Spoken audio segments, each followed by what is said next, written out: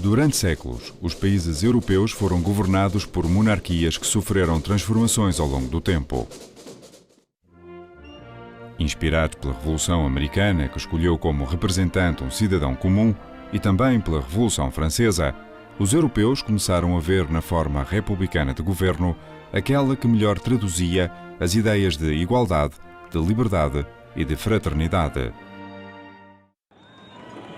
Os ideais republicanos, como o combate ao analfabetismo ou a criação de um registro civil universal e laico, chegaram a Portugal ainda em meados do século XIX, em plena monarquia constitucional, e a pouco organizaram-se em torno do Partido Republicano Português.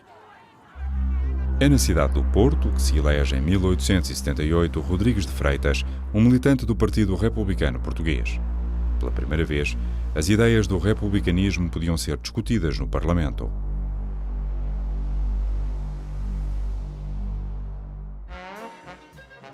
Num país essencialmente rural, a industrialização dava os primeiros passos em meados de 1800.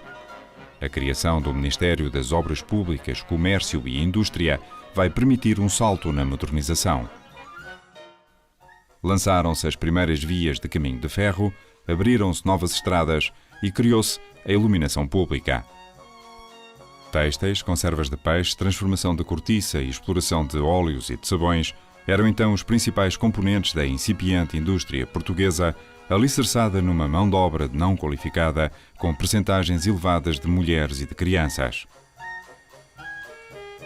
A industrialização traz até às principais cidades muitos milhares de pessoas à procura de melhores condições de vida. Os migrantes aglomeram-se em bairros de lata, sem água potável, com esgotos a céu aberto, propiciando o surgimento de epidemias. A redução da mão de obra rural empobrece o interior, ao mesmo tempo que o governo da monarquia diminui o investimento nas infraestruturas. Na província, o tipo de vida dos portugueses do final do século XIX pouco tinha mudado desde o princípio de 1800. Pratica-se uma agricultura de subsistência baseada no trabalho braçal, longe das modernas técnicas agrícolas que então se desenvolvem na Europa e nos Estados Unidos. São estas condições que contribuem para que muita gente se entusiasme, ou pelo menos acredite na necessidade da mudança do regime, animando os comícios dos republicanos que veem crescer gradualmente a sua base de apoio. Dom Carlos I decide intervir diretamente nos destinos da nação e nomeia João Franco para presidente do Ministério, permitindo-lhe governar por meio de decretos sem necessidade de aprovação no Parlamento. A ditadura de João Franco, mais do que estabelecer o equilíbrio das precárias contas públicas, acelera a transição do regime. A 8 de fevereiro de 1908, realizam-se os funerais do rei Dom Carlos I e do príncipe Dom Luís, assassinados no Terreiro do Paço quando regressavam de uma temporada de caçadas em Vila Viçosa. Muitos republicanos são presos, entre outros, Afonso Costa e António José de Almeida, membros do diretório do Partido Republicano. O herdeiro da coroa é o segundo filho dos monarcas, o príncipe Dom Manuel, que se prepara para prosseguir os seus estudos na escola naval. Aos 18 anos, terá de chefiar o reino em circunstâncias bem difíceis. Como primeira medida, o novo monarca destitui João Franco e nomeia o almirante Ferreira do Amaral para a presidência do Ministério. Em conjunto, definem regras para governar e sanar as profundas divergências ideológicas. A calma regressa ao país e ao governo, que conta agora com pessoas de vários partidos, e libertam-se todos os republicanos presos na sequência do regicídio. No Palácio das Necessidades, são frequentes as demonstrações de apoio ao jovem rei por muitos dos populares que aí acorrem.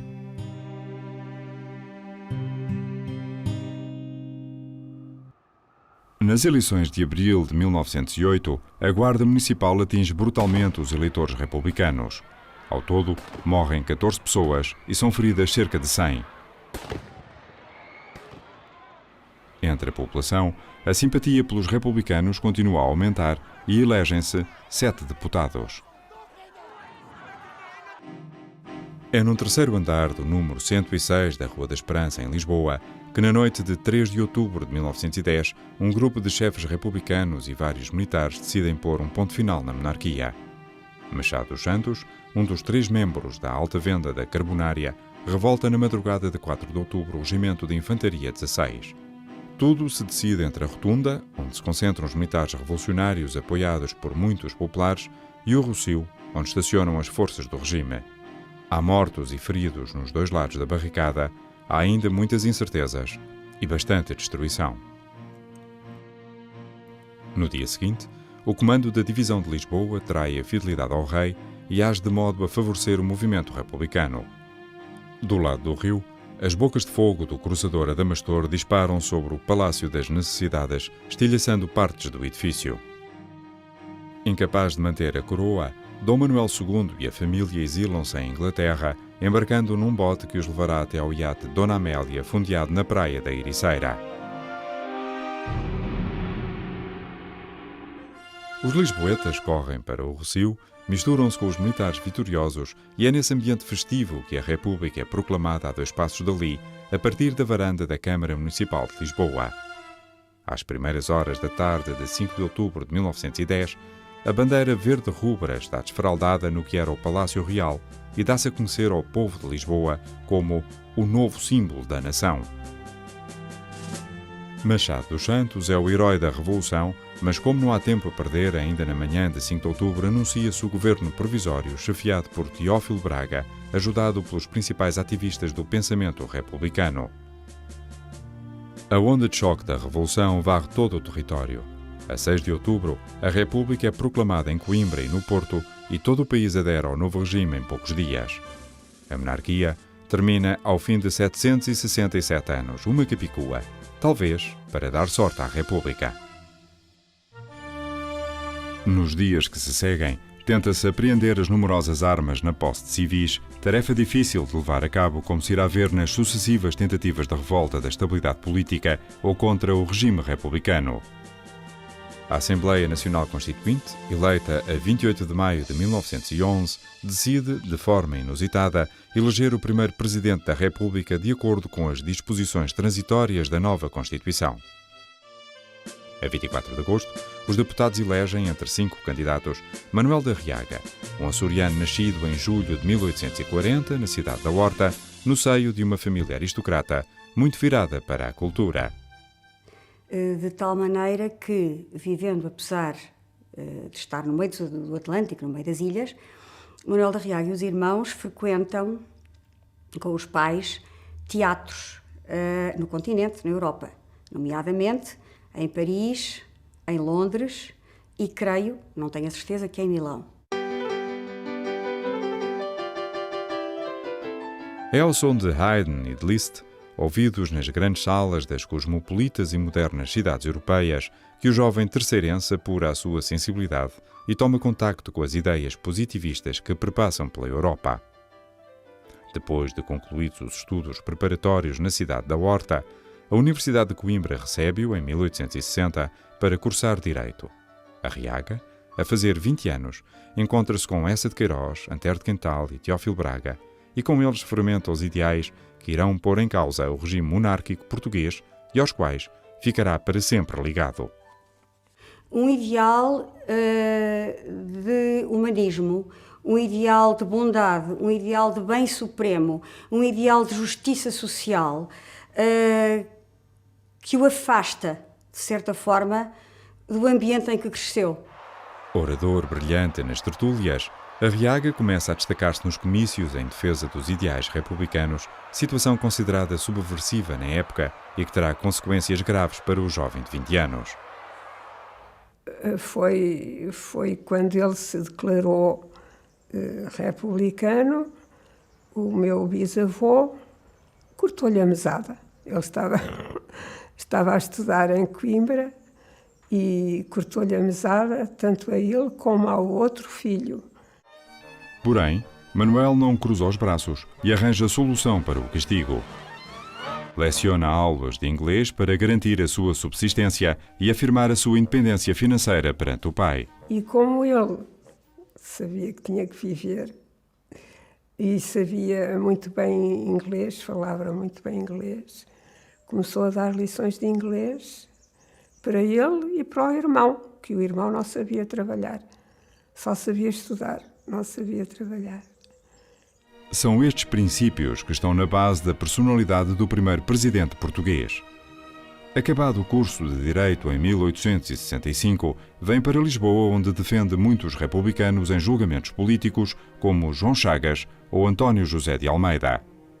As suas ideias e a forma como as apresenta ganham força no seio do pequeno Partido Republicano. Aos 30 anos, casa com Lucrécia de Brito, natural do Pico, filha do general Furtado de Melo, um oficial liberal, fiel a Dom Pedro IV.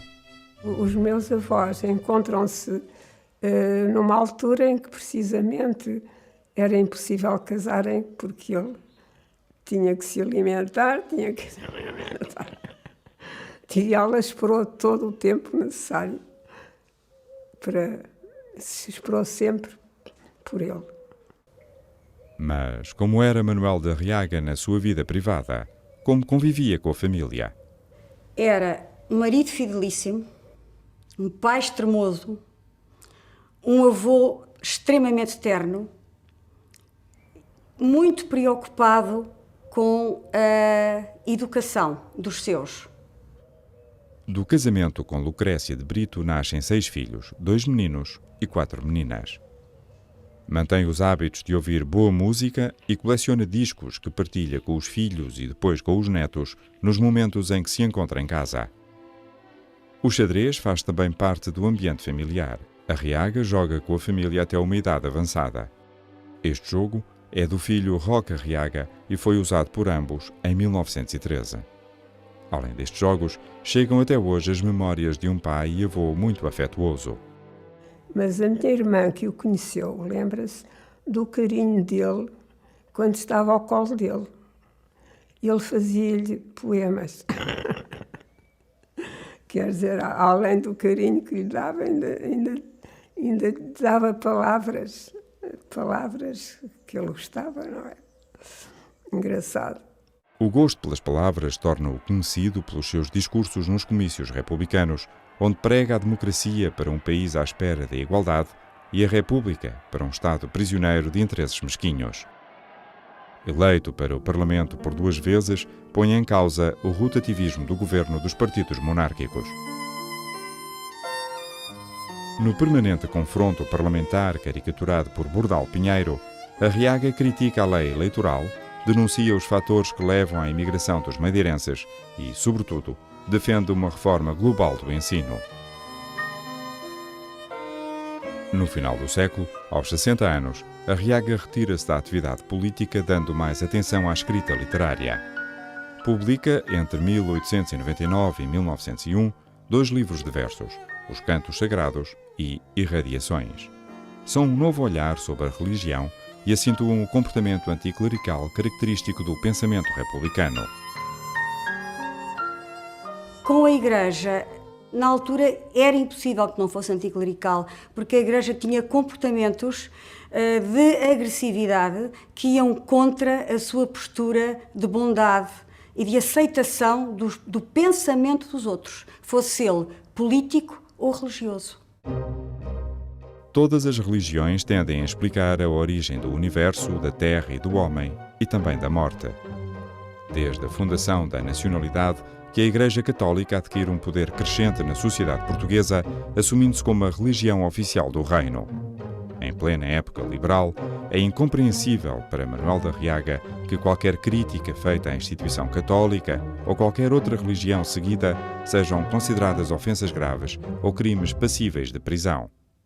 Ele não pode aceitar que uma religião seja orientada ou dirigida por um Deus castigador e opressivo. Ele é não só crente, ele é hipercrente. E nos seus livros, e sobretudo nos Cantos Sagrados, na poesia de Manuel de Arriaga, vê-se perfeitamente e sente-se a sua fé imensa num Deus de onde emana o bem supremo, de onde emana a justiça, de um Deus que não é corrosivo, de um Deus sabedor. Penso que será esta a principal diferença dos outros republicanos do seu tempo. Ele será um panteísta, porque ele vê Deus na natureza e em toda a parte. Contudo, Arriaga não é necessariamente um revolucionário. Ele aguarda que o cidadão republicano desfaça a ordem monárquica estabelecida. É com espanto e com alguma incerteza que o ilustre advogado açoriano vê chegar o sucesso do 5 de outubro de 1910. Os estudantes de Coimbra, que há muito contestam o ensino retrógrado da universidade e estão lembrados das consequências da greve académica de 1907, cometem vários desacatos abanando o conservadorismo reinante numa das mais antigas universidades europeias. Poucos dias depois, Arriaga é nomeado reitor. É um prémio para alguém que vira as suas pretensões a uma carreira académica serem prejudicadas por motivos políticos. Aproveita para reformar os programas e os modelos pedagógicos da Universidade Portuguesa. Todavia, por pouco tempo. Afonso Costa, Ministro da Justiça, nomeia o Procurador-Geral da República, um outro gesto que exprime o elevado apreço que os dirigentes republicanos nutrem por Manuel de Arriaga. Sem dar conta disso, o agora Procurador-Geral entra no lote dos presidenciáveis do novo regime, o qual assentava no parlamentarismo. O presidente representa a união da pátria e por isso deve ser escolhido entre os que defenderam os ideais da democracia e que se tivessem mantido afastados da turbulência durante a transição dos regimes. Manuel de Arriaga corresponde a este perfil. Mas, quando se espera um consenso em torno da eleição do primeiro presidente, os dirigentes republicanos divergem na escolha do mais alto magistrado da nação. Alves da Veiga, Magalhães Lima, Duarte Leite, Bernardino Machado e Manuel de Arriaga são os candidatos de um corpo eleitoral especial que toma a seu cargo a eleição do presidente. Bernardino Machado, apoiado pelo influente Afonso Costa, recebe 86 votos. Manuel de Arriaga, apoiado pelos moderados António José de Almeida e Brito Camacho, é o escolhido com 121 votos. À data da eleição do primeiro presidente, muitos passos tinham já sido dados pelo governo provisório ao encontro de uma maior cidadania para todos. Com a República, o divórcio tornou-se possível, a Igreja perdeu o monopólio dos dados pessoais e todos os nascimentos e óbitos passaram a ser feitos no registro civil. É nesta altura que surge o bilhete de identidade, documento de identificação nacional, obrigatório na altura para os detentores de cargos públicos. O primeiro a ser emitido é para Manuel de Arriaga. 8 em cada 10 pessoas não sabem ler em 1910. Para diminuir rapidamente esta elevadíssima taxa de analfabetismo, o ensino torna-se obrigatório e extensível também às raparigas. É nesta altura que surgem as primeiras bibliotecas públicas, uma forma de permitir o acesso à leitura a uma vasta população muito pobre, mas sedenta de conhecimento. Do exterior, chegam os ecos dos movimentos sufragistas e nas eleições para a Constituinte de 1911, pela primeira vez em Portugal, uma mulher vota. Carolina Beatriz Ângelo, médica, viúva e mãe de família. É um outro passo dado para os direitos iguais, embora refriado pelos republicanos que temem a influência dos padres sobre a população feminina, na sua grande maioria analfabeta. A República já tem um presidente, mas este não tem ainda onde trabalhar. No livro das suas memórias, Arriaga deixa expressa a grande preocupação com a inexperiência de todos e a falta de condições logísticas e materiais para desempenhar o cargo. A casa de família na Rua da Horta Seca é agora a casa do Presidente da República. Preocupado com a dignidade inerente ao cargo, Manuel de Arriaga decide exercer as suas funções no Palácio de Belém e para isso muda com a família, mas com uma particularidade. Não sei se sabe, mas ele pagava renda no palácio. Pagava 100 escudos. Quer dizer, o Palácio de Belém era a sua casa. Porque tinha alugado uma casa. Por acaso era o Palácio de Belém. Com o primeiro presidente surge também o lugar de primeiro secretário da presidência, assegurado por Roque Manuel de Arriaga, seu filho, que desempenhará as funções por um curto mas intenso período. Se as comodidades para o presidente estavam resolvidas, faltava agora assegurar as deslocações de forma mais rápida ao ritmo dos acontecimentos e das transformações que se viviam. O carro da presidência foi ele que comprou. E pagava as prestações. Quando saiu da presidência, ainda estava a pagar o carro. Mas, se o transporte do presidente é confortável, o mesmo não se dirá da estabilidade social, económica e política. A Revolução Republicana abriu feridas nos meios religiosos, sobretudo com a expulsão do bispo de Lisboa, Dom António Mendes Belo, pelas suas atitudes hostis ao governo republicano. Era um rude golpe para a estrutura da Igreja e envolveu também os bispos do Porto e de Beja. O afastamento das ordens religiosas fez-se sentir logo no dia 8 de outubro pela mão do Ministro da Justiça, Afonso Costa.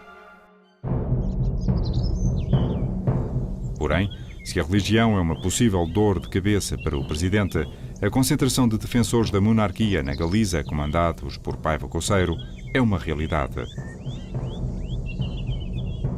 Correm boatos em Lisboa de que padres insatisfeitos com a lei da separação da Igreja do Estado se preparavam para revoltar os camponeses católicos no norte do país.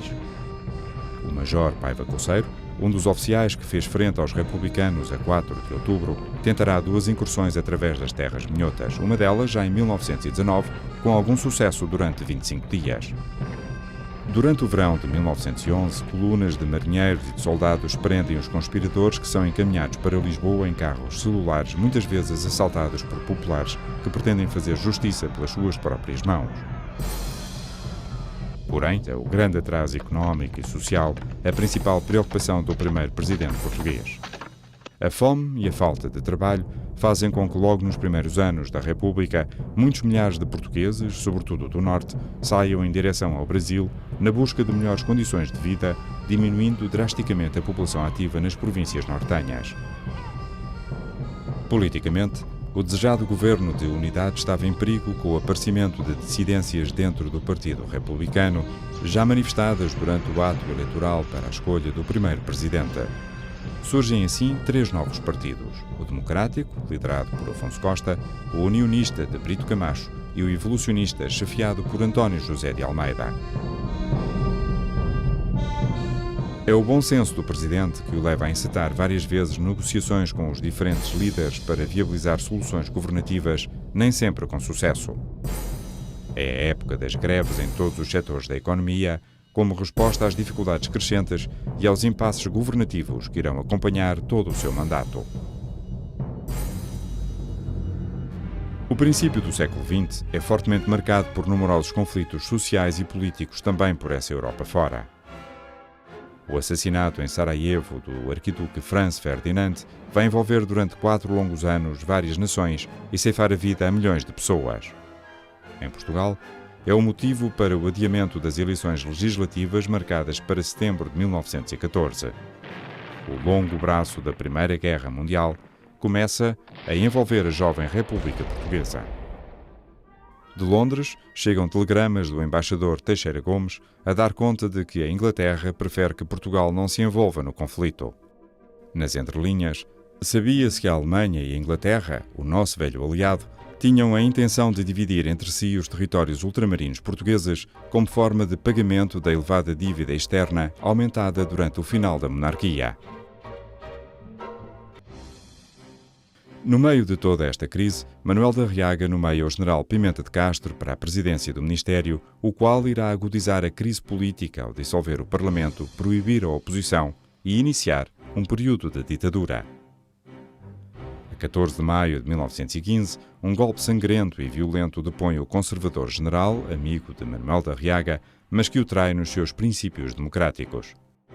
Sentido com a traição, Arriaga resigna ao cargo 4 meses antes do final do seu mandato, mas escreve uma longa carta aos deputados onde justifica a sua tomada de posição. Fiel desde sempre aos princípios republicanos, não foi e não será ditador, são as ideias mestras daquele documento. Logo de seguida, retira-se da vida pública e recusa a amnistia dada aos implicados na ditadura de Pimenta de Castro, como forma de deixar vincada a ideia de que não cometera o crime de traição à pátria.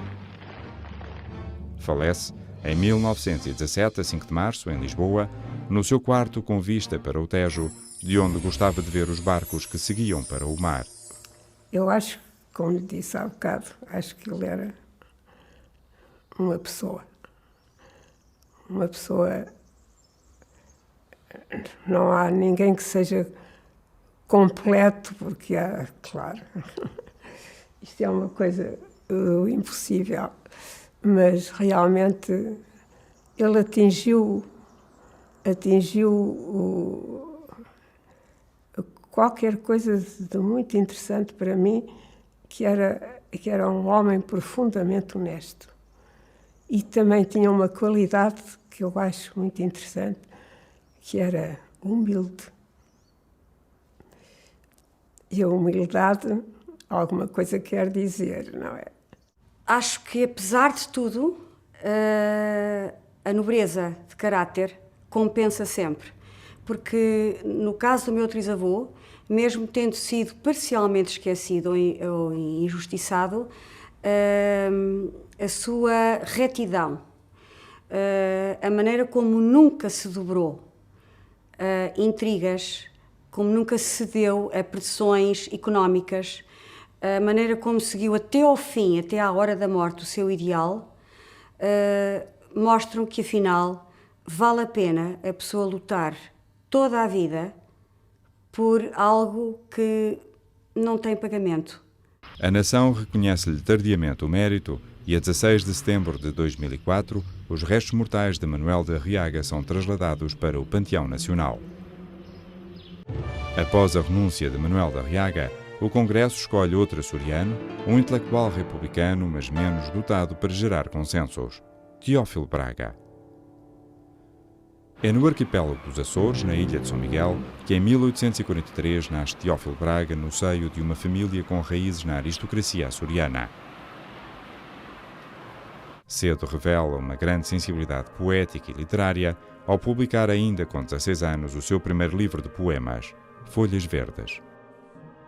A documentação que nós temos, em parte, digo, contaminada pelo próprio Teófilo Braga, que rearranjou as fontes da sua vida, dá-nos, pelo menos, algo que muito provavelmente é certo. Era alguém extraordinariamente ambicioso. Era alguém que vinha à procura da glória literária, que queria vencer na vida, e que está muito consciente da sua capacidade para enfrentar a adversidade e vencer a adversidade. Ele vem para vencer, e vem para vencer através do trabalho. Aos 19 anos, cruza o Atlântico e ruma à Universidade de Coimbra, onde se revela um brilhante aluno de Direito e, por isso, é convidado a doutorar-se logo que termina a licenciatura em 1867. Teófilo percebe que possui uma invejável capacidade de trabalho e, sobretudo, uma determinação que não o faz hesitar ou desfalecer. Desta forma, alcança quase tudo em vida: fama, posição social, honrarias, amigos e até uma esposa bonita e dedicada, de boas famílias, Maria do Carmo Xavier de Barros, com quem casa em 1868.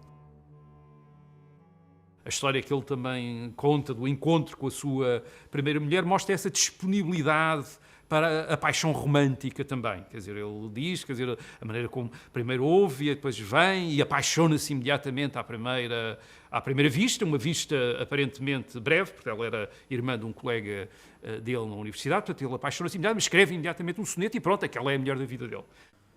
Deste casamento nascem 2 filhos, Maria Adelaide e Teófilo.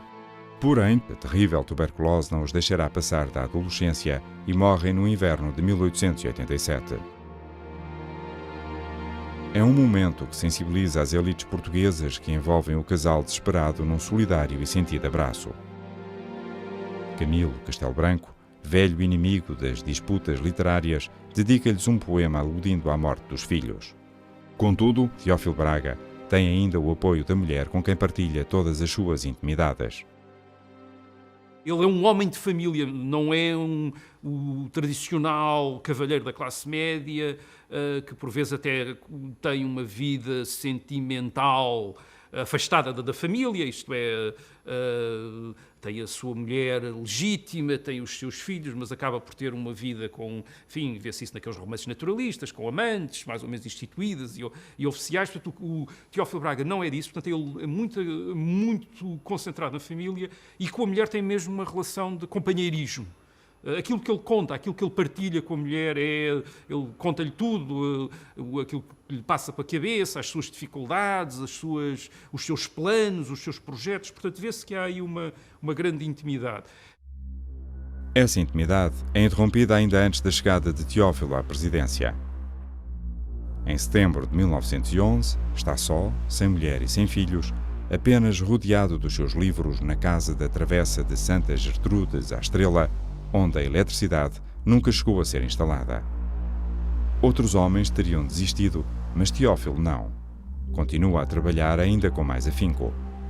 Quer dizer, ele passou por aquela vida familiar que foi intensa para ele, quer dizer, a que ele se dedicou, mas sobreviveu a isso. Quer dizer, portanto, há ali alguém que tem essa ideia da adversidade como uma prova, isto é, a prova, aquele culto que ele tem, que é o culto da vontade humana, quer dizer, que é isso que ele substitui, digamos, a uma religião tradicional, o culto deles, ele substitui por um culto da vontade, deste ser humano que não desiste perante a adversidade e que tenta salvar-se através do trabalho. O trabalho é o grande instrumento de salvação individual e coletivo também. A salvação do homem passa apenas por ele e não por qualquer religião. Auguste Comte, francês, fundador da sociologia e do positivismo, propunha uma sociedade baseada na ciência e na vontade humana. Teófilo Braga, ainda durante a monarquia, identifica-se com este princípio e adere ao Partido Republicano.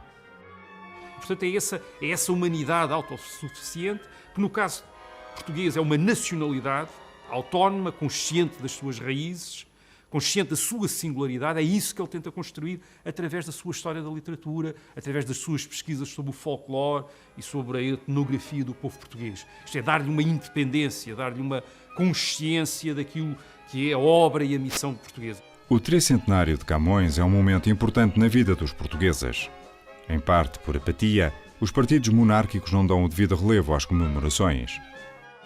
Os republicanos aproveitam a ocasião para criar uma nova consciência nacionalista nos portugueses, baseada nos valores dos grandes homens como Camões ou Vasco da Gama, em vez de estar apoiada no culto dos santos ou das famílias como até aqui. A divisão entre republicanos e monárquicos ficará acentuada com a resposta do rei Dom Carlos ao ultimato inglês em 1890. Teófilo Braga envolve-se profundamente na organização do evento e reafirma a sua adesão ao modelo republicano. É isso, em parte, que ele vê no movimento republicano. Isto é, essa possibilidade de construir em Portugal uma sociedade científica, uma sociedade autónoma, que passa pela democracia, mas cujo objetivo não é a democracia. Aí há algo que talvez seja complicado hoje em dia compreender. Isto é, Teófilo é um defensor do sufrágio universal, é um defensor, portanto, da soberania nacional, mas ele entende esta democratização como um caminho para um outro tipo de sociedade. Teófilo imagina uma sociedade hierarquizada intelectualmente, baseada na ciência e na pátria.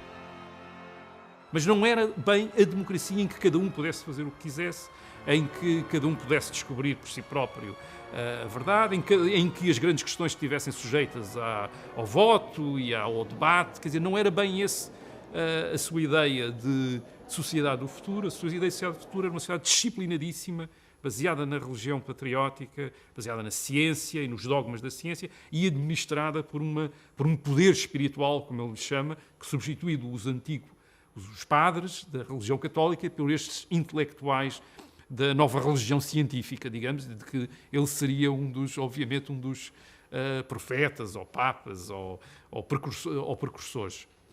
É esta característica lutadora, associada a uma grande confiança nas suas capacidades, que o leva a ser eleito membro do diretório do Partido Republicano e deputado às Cortes meses antes do 5 de outubro. A Revolução apanha-o na rua quando se dirigia a uma das muitas livrarias que frequentava. Com surpresa, é nomeado chefe do governo provisório à frente de uma equipa que já revela conflitos.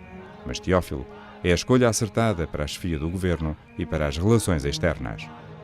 Os positivistas organizam-se mais ou menos, é uma rede de sábios na Europa. E, portanto, têm contactos uns com os outros, mantêm correspondência e promovem-se uns aos outros.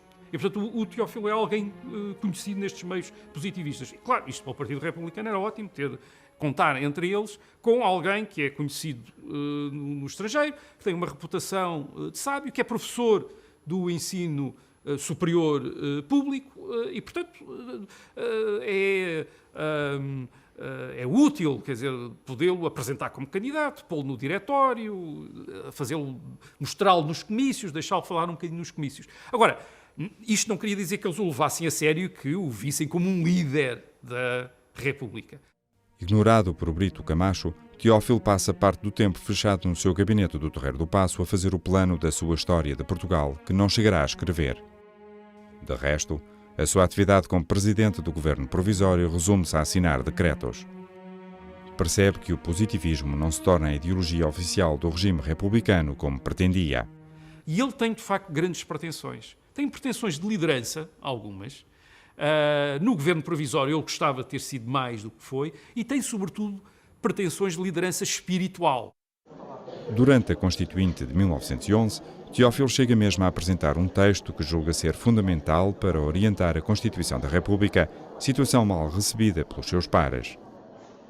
E isso não é, de facto, aceite pelos outros líderes republicanos, que também são literatos, também são professores do ensino universitário e, portanto, utilizam o Teófilo, mas não são assim tão impressionados com o Teófilo, e que o começam a tratar mal, digamos assim, a partir de 1910 logo. Porém, Teófilo não transmite aos outros o que lhe vai na alma e mantém o comportamento austero que o distingue dos outros dirigentes políticos. Ele cultiva isso não como algo de olhem para mim, não tenho importância, mas como eu sou o único verdadeiro cidadão austero que esta República tem.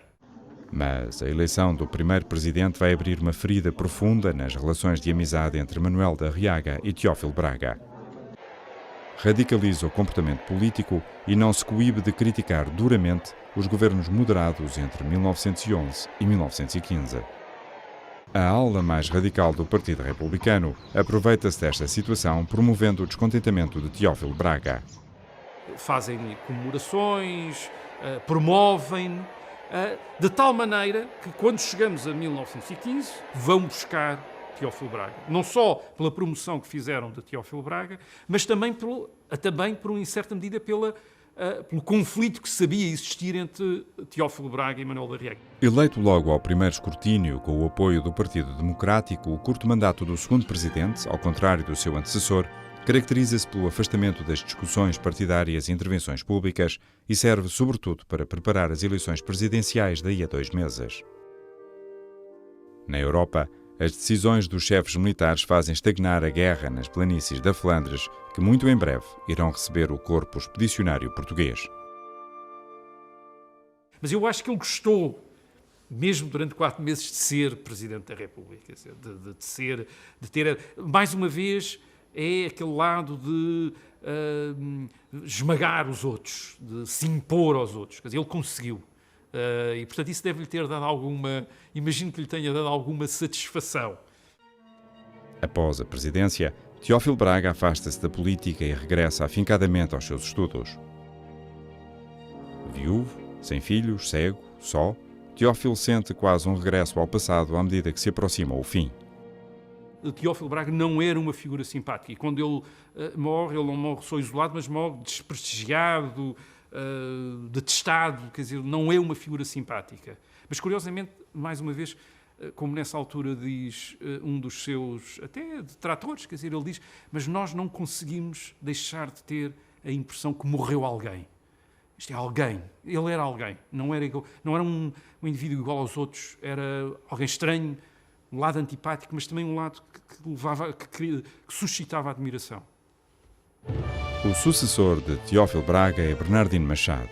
Nascido no Brasil, na Cidade Maravilhosa, em março de 1851, filho de um minhoto imigrante e uma carioca com origens portuguesas. Bernardino Machado nunca enjeitou a sua origem plebeia. Pelo contrário, até se orgulhava desse facto. E ficou célebre uma frase que ele repetia mais tarde aos filhos e que aparece registada nas suas obras, que é a seguinte: Que prodigioso salto o meu! Da casinha da Torre, em Joane, até ao Palácio de Belém. A infância passa no Brasil, onde também aprende as primeiras letras, que foram completadas em Joane, perto de Vila Nova de Famalicão, quando a família se decide a regressar a Portugal. Aos 20 anos vai para Coimbra, onde se licencia em Matemática, Filosofia Natural e Física e toma contacto com os dinamizadores das conferências do Casino, como essa de Queiroz ou Antero de Cantal, entre outros. Mas os interesses científicos do jovem Bernardino sobrepõem-se aos interesses literários e filosóficos dos que compõem a geração de 70. De qualquer maneira, ele fazia parte da parte mais jovem da geração de 70 e considerava-se envolvido nela.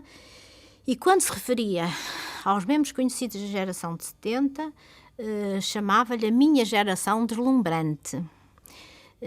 Outras vezes referia-se também à gloriosa escola mútua dos alunos da universidade. São esses contactos informais com os discípulos da geração de 70 que o põem em contacto com o positivismo, corrente filosófica que marca o final do século XIX. Bernardino segue a carreira docente na universidade quando, em 1885, é criada a cadeira de Antropologia, na altura bastante mais abrangente, pois incluía Paleontologia e Arqueologia. No ano seguinte, Bernardino Machado é nomeado regente daquela cadeira. Uma das suas alunas será Domitila de Carvalho, uma das primeiras deputadas eleitas durante o Estado Novo. Contudo, não são só os estudos que interessam a Bernardino. Em 1882, casa com Elzira Dantas e constituem uma família desafogada de 19 filhos, organizada de forma muito diferente para a época. Bernardino e a mulher antecipam 30 anos aquilo que será uma das bandeiras do republicanismo, a igualdade de direitos. Essa harmonia entre o casal se fazia também com base num sistema que eles próprios engendraram, que era um sistema em que, em princípio, os filhos mais velhos, principalmente as filhas mais velhas, iam tomando conta e iam supervisionando a educação dos filhos mais novos. Portanto, tudo aquilo era uma espécie de grande clientela familiar, em que se ajudavam mutuamente e em que a família, apesar dos afazeres privados e públicos do pai e da mãe, em que a família ia girando com uma certa harmonia e com uma certa tranquilidade, não é? Não há dúvida de que Elzira Dantas é uma mãe muito diferente para a época e que por isso não se resigna a ficar em casa a tomar conta da numerosa família. Envolve-se no projeto republicano, fundando a Liga Republicana das Mulheres Portuguesas e, mais tarde, a Cruzada das Mulheres Portuguesas. Bernardino não poderia estar mais bem acompanhado e o seu prestígio de professor de antropologia fazem surgir convites para as reuniões de ordem social aos quais o casal comparece. Mas, nem por isso, a educação dos filhos e, mais tarde, dos netos é deixada ao acaso. Eu lembro, por exemplo, de ouvir contar ao meu pai que na altura em que eles viviam no Castelo de Santa Catarina, na Cruz Quebrada, nos anos 20, antes do segundo exílio, o meu avô, que se levantava habitualmente muito cedo, ia bater à porta do quarto do meu pai, obrigando a levantar ainda mais cedo do que ele estava habituado, de maneira que ele pudesse dispor do dia para se preparar para os exames de faculdade, uma vez que ele nessa altura estava a tentar entrar na Faculdade de Direito. A educação é desde muito cedo um tema caro a Bernardino Machado.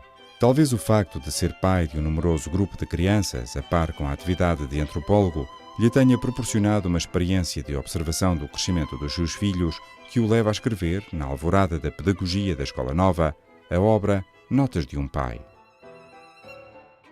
Em termos pedagógicos, não há dúvida que se trata de uma obra que envereda decididamente por aquilo que ficou conhecido como a pedagogia da Escola Nova, que nessa altura começava a estar em voga. Porquê? Porque em todas as observações que ele vai fazendo relativamente aos filhos enfim, nas preleções que ele por vezes fazia aos filhos e que vêm aqui assim, não há dúvida de que ele tinha uma preocupação formativa que prevalecia sobre a aquisição dos conhecimentos. E, portanto, nós podemos já encaixar essa preocupação na corrente da chamada Escola Nova. Fontes Pereira de Melo, a grande figura política do século XIX, convida Bernardino Machado a fazer parte do Partido Regenerador. É uma mudança importante na vida familiar. A família Machado muda-se para Lisboa quando Bernardino é eleito deputado em 1890 e chega a desempenhar o cargo de Ministro das Obras Públicas, Comércio e Indústria no gabinete de Índice Ribeiro. Mas a instabilidade dos governos da monarquia, com as sucessivas crises de alternância dos partidos, levam Bernardino Machado a abandonar o ministério prematuramente. Meu avô saiu do gabinete talvez um pouco desiludido, ou pelo menos com a consciência de que o seu trabalho não teria sido suficientemente reconhecido, mas não virou a casaca imediatamente para o lado da República, como se costuma dizer. Pelo contrário, ele considerou que a questão não era uma questão simples e que era preciso pensar maduramente no assunto. Durante 10 anos, Bernardino Machado observa a alternância política entre o Partido Regenerador e o Partido Progressista, pensando na estratégia da mudança, já que a ideologia fazia o seu caminho desde a eleição do primeiro deputado republicano em 1878. Ora, só o projeto republicano estava em condições de se preocupar com a elevação do povo a partir da educação. Então, perante esta resposta irrecusável que vinha da consciência, mas que também vinha do ambiente, não é? Já, em 1903, em 31 de outubro desse ano, no Ateneu Comercial de Lisboa, ele prefere uma célebre conferência que é considerada historicamente a conferência que fundamenta a adesão pública de Bernardino Machado à República.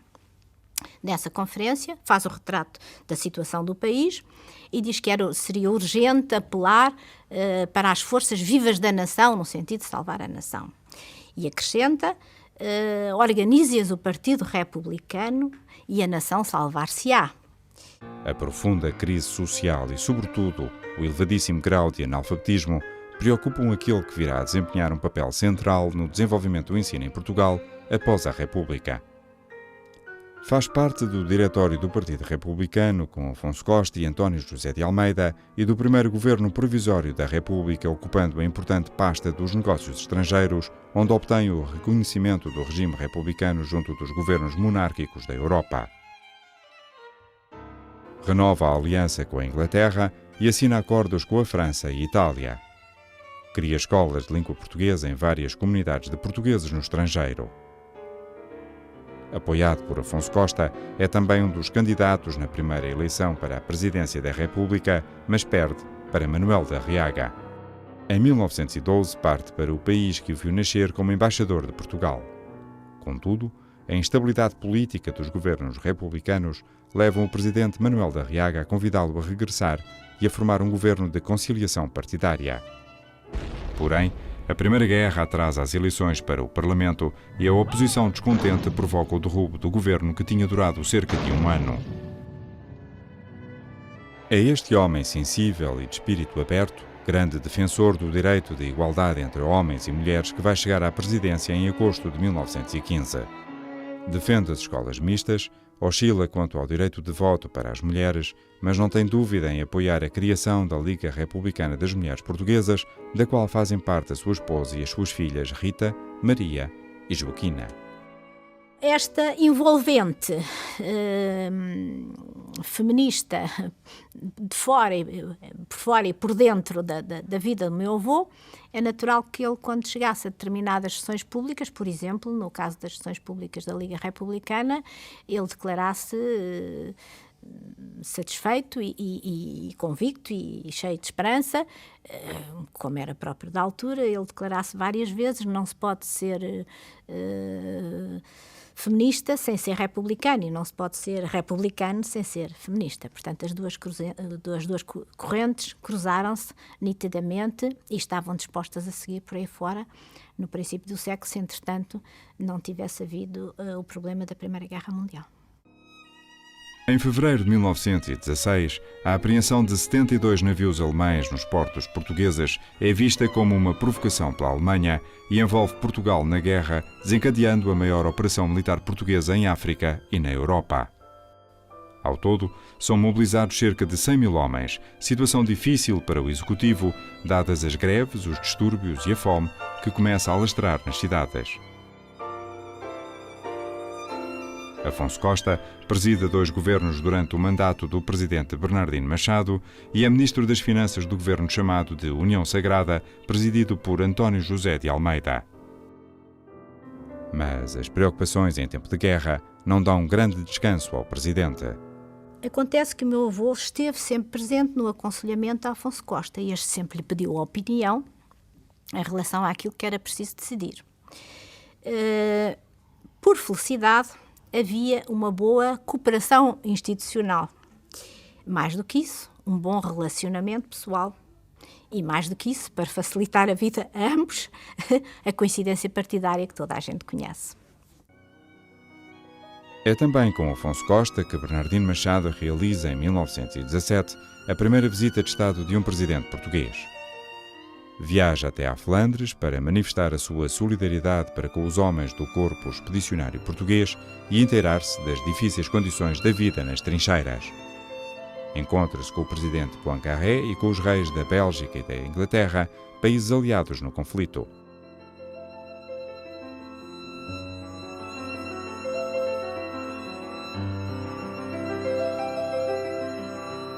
Na viagem, Bernardino Machado abraça ainda em Lille o seu filho Bernardino Luís, também ele combatente no Corpo Expedicionário Português. No regresso, reúne-se ainda com o monarca espanhol Alfonso XIII. Mas, se a visita de Estado é um sucesso, a chegada a Lisboa vai trazer-lhe dissabores. A participação na guerra, a fome e a instabilidade levam à revolta. Sidónio Pais faz a revolução e pede a demissão de Bernardino, mas este recusa a resignação. A junta revolucionária o obriga-o a deixar Portugal e Bernardino Machado parte para o exílio em Espanha. Regressará ao país em 1919 e um dos principais atos públicos que promove é a consagração do soldado desconhecido. Em 1925, é de novo eleito para o cargo de Presidente da República. Um ano depois, transfere o poder constitucional para o comandante Mendes Cabeçadas, na sequência do golpe militar de 28 de maio de 1926. No início de 1927, em plena ditadura militar, Bernardino Machado volta a exilar-se em Espanha e, posteriormente, em França, na sequência da Guerra Civil Espanhola. Do exílio, escritos pelo seu punho, chegam frequentemente manifestos contra a ditadura, invetivando o povo contra o regime de Salazar.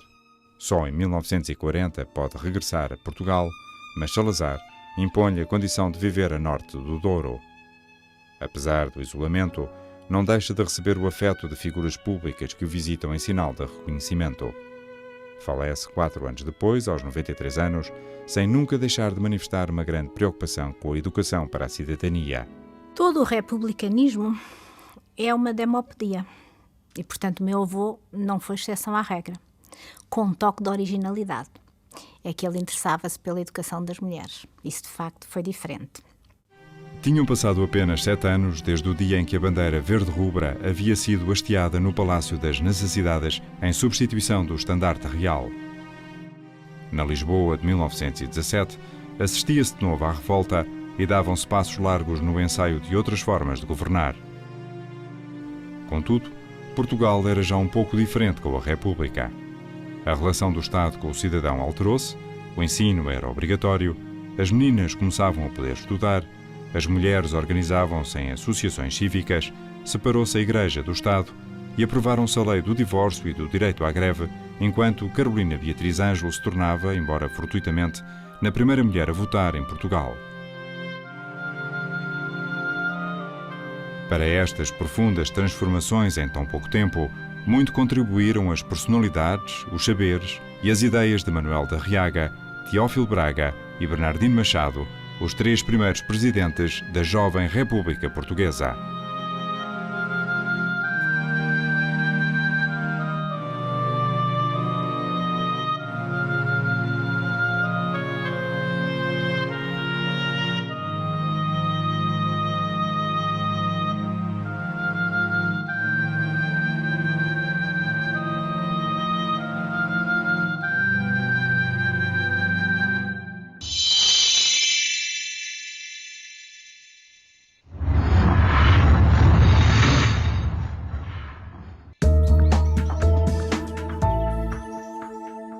Este programa tem o patrocínio de Milênio BCP.